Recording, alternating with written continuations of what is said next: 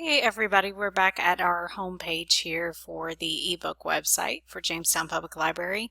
In this video we're going to cover some of the basic features of the website, searching and making wish lists and even placing holds on materials. So to start out with, I just want to point out that we have a new ebook section here, so it's going to display automatically some of those things that are new to the ebook website. And I'm going to start by doing a search, but I just want you to see that there are all these different categories and things that you can look at. So for instance, if I click on mystery and suspense under the ebook fiction, it is going to pull up those materials that have been categorized as mystery and suspense. So when you do something like that, I just want to point out that you'll get a whole variety of things, of course. And you may see the symbols over here, the book symbols. That is telling you that it is a book instead of an audiobook, since we did click on the category for the ebooks and not audiobooks. And the ones that are dark, that are black symbols, mean that the book is currently available. So when I scroll over it, you can see it says borrow, and I can even read a sample of it here. The ones that are in gray, if I put my mouse over that, it's going to say place a hold, because that means it is not currently available. It's checked out to somebody else. Another thing about this feature is this little ribbon here. If you click on that, it's going to add the book to our wish list. So I'm going to just click on that for a couple different ones. And you can see that tag show up on the actual book cover there. Let's do this one as well. Okay.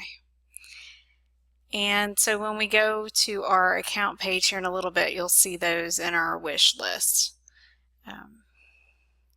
So for the books that are not available at the moment, you can place a hold on those. So if you click on that, the first time you do it, which is the first time I've done it with this login, it's going to ask you for an email address.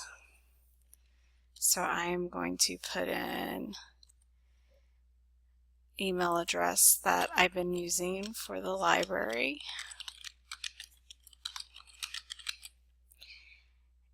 And you may or may not want to click this so that it automatically borrows the title when it becomes available.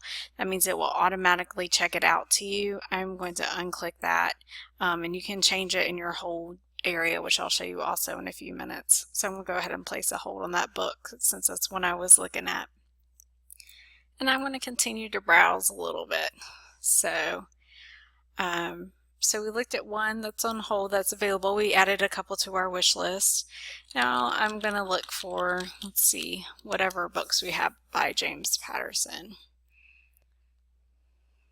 And you see we have quite a few here. And as you can see, again, some of them are currently checked out and some of them are available.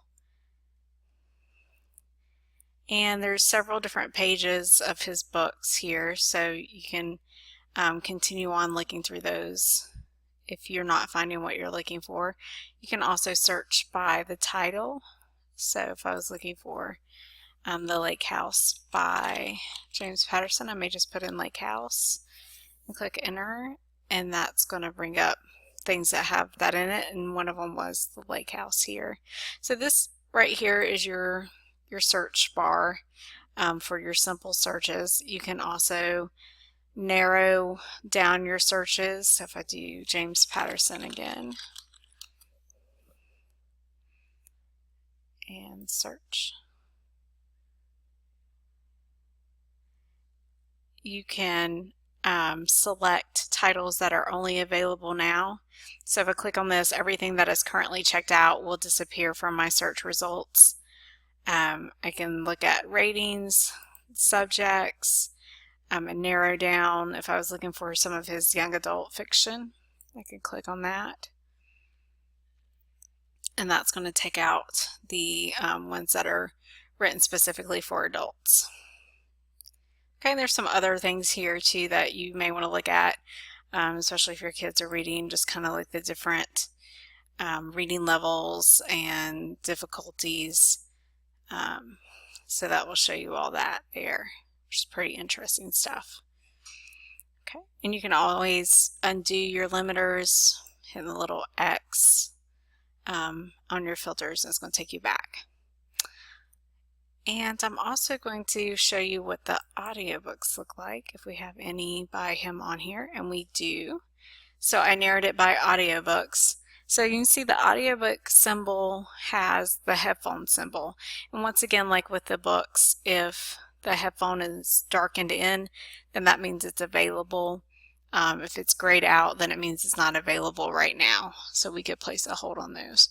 So let me truth or die. Let's place a hold on that. You can see my email is now already in here. So I'm going to place a hold on that one. Okay. I also want to show you some advanced search features just in case you ever want to use those. You can look for particular titles and authors, creators, etc. You can also look through all the different types of subjects here. So you can look for adventure. There's different formats which we will get to in some of the next videos, mainly the Kindle books versus the Overdrive or EPUB books. And so if you're using a particular format on your device, you will want to select that. Sometimes most of them are available in both, but sometimes they are not.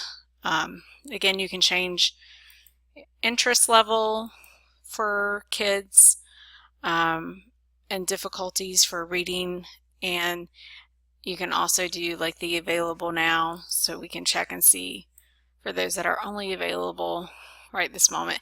And this one with the film symbol is actually a streaming film that we could borrow.